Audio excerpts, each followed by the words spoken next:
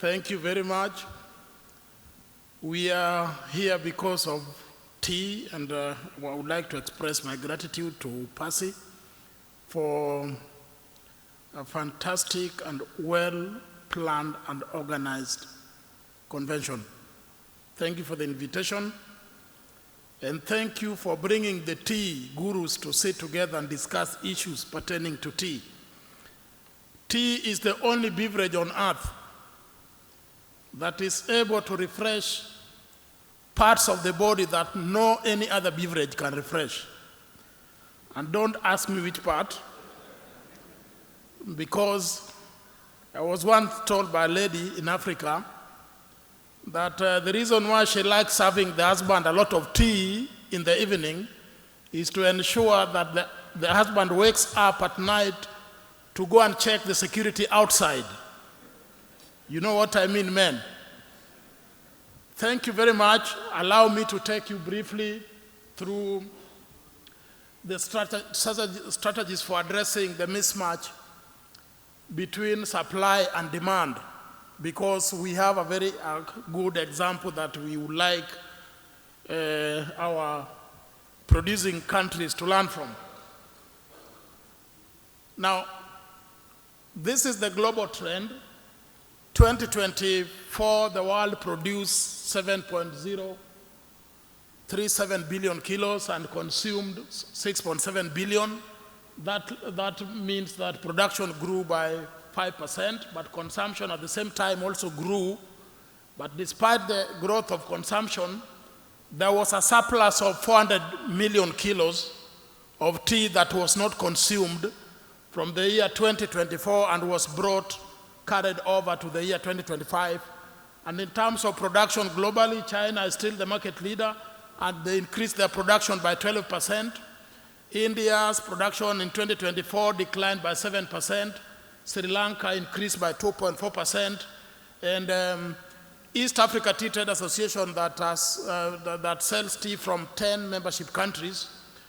Among the membership countries, you can see Kenya increased their production by 5%, Malawi 15%, Rwanda 0.4%, and Burundi increased by 4%, but Uganda and Tanzania's production both declined by 37% and 27% respectively. So it means in these years globally, 2023, 2024, there was a complete mismatch between production or supply and demand. And I'm glad that in this meeting we met the chairman of India Tea Association, who is here. The Secretary General, Bwana Rajit, is also here. And we discussed issues on how we could come together as tea producing countries to ensure that we address this continuous plague that has affected the sector over time. So, in a nutshell, we had proposed to form a global tea alliance. The chairman is here, and the objective was to give the major tea producing and exporting countries a voice in terms of tariff negotiations, in terms of standard development, to ensure that we are able to manage even the various certification standards, because I know all of you are affected by multiplicity of certification standards that are very costly, and we had proposed a number of measures, and we believe with the support of the chair who is here, we should be able to carry that vision forward. Now, I would like to give you a classical example of what happens in Rwanda and Kenya, and this is done just to demonstrate to you that quality still rewards even in the face of glut. So don't force the world with what you have. Give the world what the world requires.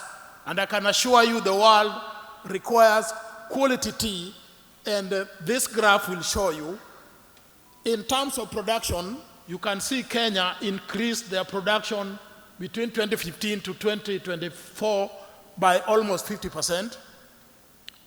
And look at how the price trend behaved. Then look at Rwanda. The production relatively remain static with very marginal increase from year to year. Look at the average price. That is a testament, apart from volumes alone, price and quality of the product pays. And to demonstrate that, I'll go to the second graph. This is a comparison between what Rwanda sold at the Mombasa tea auction and Kenya. And I've gone forward to segregate various sections or production zones in Kenya. You can see the first one is the production Kenya versus Rwanda. The second graph is Rwanda's average price. You can see it is very consistent. The prices are relatively better, mostly about $3. And even when it was a bit depressed in 2024, you can see where the prices were. Then the second graph is the one for KTDA, the smallholder managed farms, because the smallholder managed farms is associated with quality. You can see they were ahead of Rwanda for a number of years, but in 2016, Rwanda overtook them, and they went back to the drawing board and discussed among themselves, and they decided to follow the quality path. And you can see from the year 2022, they have gone back to their original status as a market leader. There is a segment of KTDA west of the Rift Valley. You can see their production went up, and you can see the prices are marginally depressed as compared to Rwanda and east of the Rift Valley. Lastly, the plantations. Capitalized on volume, and they got less. That is the reason why I mentioned that even despite increased production, quality is still rewarded at Mombasa tea auction. Teas from east of the Rift Valley still fetched higher average prices of $2.89 as opposed to teas from west of the Rift and teas from plantation. And same happened to Rwanda. The prices were not adversely affected. Now, this is a graph that shows offered teas versus outlots. And you can see, I put a red mark there. I discussed this in my previous presentation. When the government of Kenya introduced a reserve price, you can see when it was removed in October 2024, what has happened to auction absorption, auction outlots, and the average price. So when you allow the market forces to dictate and determine and influence prices, that is what happens. When you introduce a floor price, you can see for yourself the volumes offered was more than what Kenya as a country could produce for 2 years. Volume offered in 2024 had gone as high as 900 million kilos. That was worrying because you offer tea, they are withdrawn, re-offered, withdrawn, and there was a huge value that was lost from that government initiative. Now, what have we come with as a region to mitigate and address the mismatch between supply and demand and stabilize prices? Number one, we have come up with a very aggressive green leaf quality drive where we build the capacity of our farmers, train the factory managers, and we are doing it in concerted effort with the tea boards and the other boards in the region to ensure that the raw quality, the raw material quality is enhanced, because when you don't address the raw quality, the raw material, then definitely you will never get it right, because what you garbage in the factory is what will get out. You do poor quality tea, you get poor quality teas as an output. Number two, high quality tea will always be in demand, and even if subject to price adjustments, even during oversupply. I've demonstrated in my previous graphs that high quality teas, they withered the market storms as opposed to poor quality teas. You saw teas being sold above $3. I'm glad to mention that last year when the prices were down, the highest grade we sold at Mombasa tea auction was sold at $6.41 US, in a market where poor quality teas were being sold below $1. That means the market is still able to appreciate quality teas. The tea produced with focus on volume over quality mostly suffer during glut. If you're looking for volumes, please don't push for better prices. because the market will reward you based on the quality of tea you have offered. So make a decision as a producer. Do you want to go the quantity direction and forget about the value and lose value, or quality and get the value from your tea? Number 3, the cost of producing good tea and the cost of producing poor tea in the factory is constant. Do the math. If your production cost is $2, whether you produce poor tea, you will use $2. You produce good tea, you will use $2. But now there will be a huge differential in terms of the value. Production cost, constant. The value is what makes the difference. And that is enough proof that quality will be able to weather the storms regardless of what happens in the market. Number 3, price differentials is good. For good and poor quality teas affects profitability, I've mentioned, because your energy cost, labor cost will remain constant. The only thing that will not be constant is what you get from the auction. And that is where quality will be able to cushion you as a producer. Implementation of retail prices, I've mentioned, is counterproductive and is absolutely unsustainable. I would like to discuss this about the impact of American trade tariff on tea exports. Kenya, the tariff is currently at 10%. You are aware they have put 50% tariff on Indian tea. That will be a big challenge if you over-depended on USA as your market. Number 2, this is an opportunity for Kenya to grow their export market to the American market. For your information, Kenya has been selling less than 2% in American market, despite the issue of AGOA. AGOA was basically supporting apparels, not tea.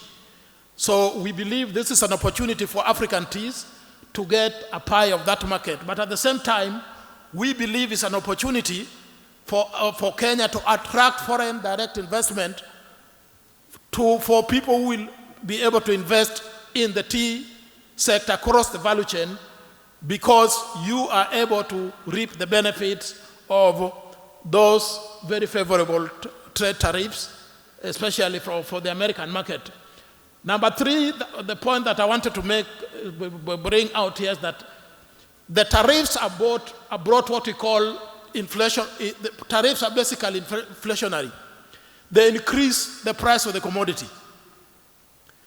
I know we might complain there's this tariff 50%. The people will suffer most from that tariff are the Americans. They are inflationary, yes, but they are also transitory, because the end consumer will also bear the burden of the same tariff. There's absolutely no reason why you need to export tea to America at a very high price and sell it, or the packers in America be able to sell it below the market rates. Whatever they have implemented will transition to affect the American consumer. The loss of trust on the US market, this tariff, if you are depending on America, if you have a critical product that is of national interest for your country and you are depending on America, that now makes you to lose trust on the American market, and the world now must be compelled to look for alternative markets. I know you have been looking at America. I want to persuade you, please consider, number 1, the Chinese market. The young population who are taken to Europe and America to learn in Europe and America, they have embraced the consumption of black tea. Look at China and look at Africa. Africa has a population of 1.4 billion people compared to India. Africa exported 90% of what they produced last year. They produced 804 million, exported 90% of what they produced, then re-imported 386 million kilos. That makes sense in form of value addition. It's an opportunity for those the traders, to set base in Africa, add value, sell the tea within Africa. If every African consumes 1 tea bag a day, they are able to consume all their production and import some tea from India.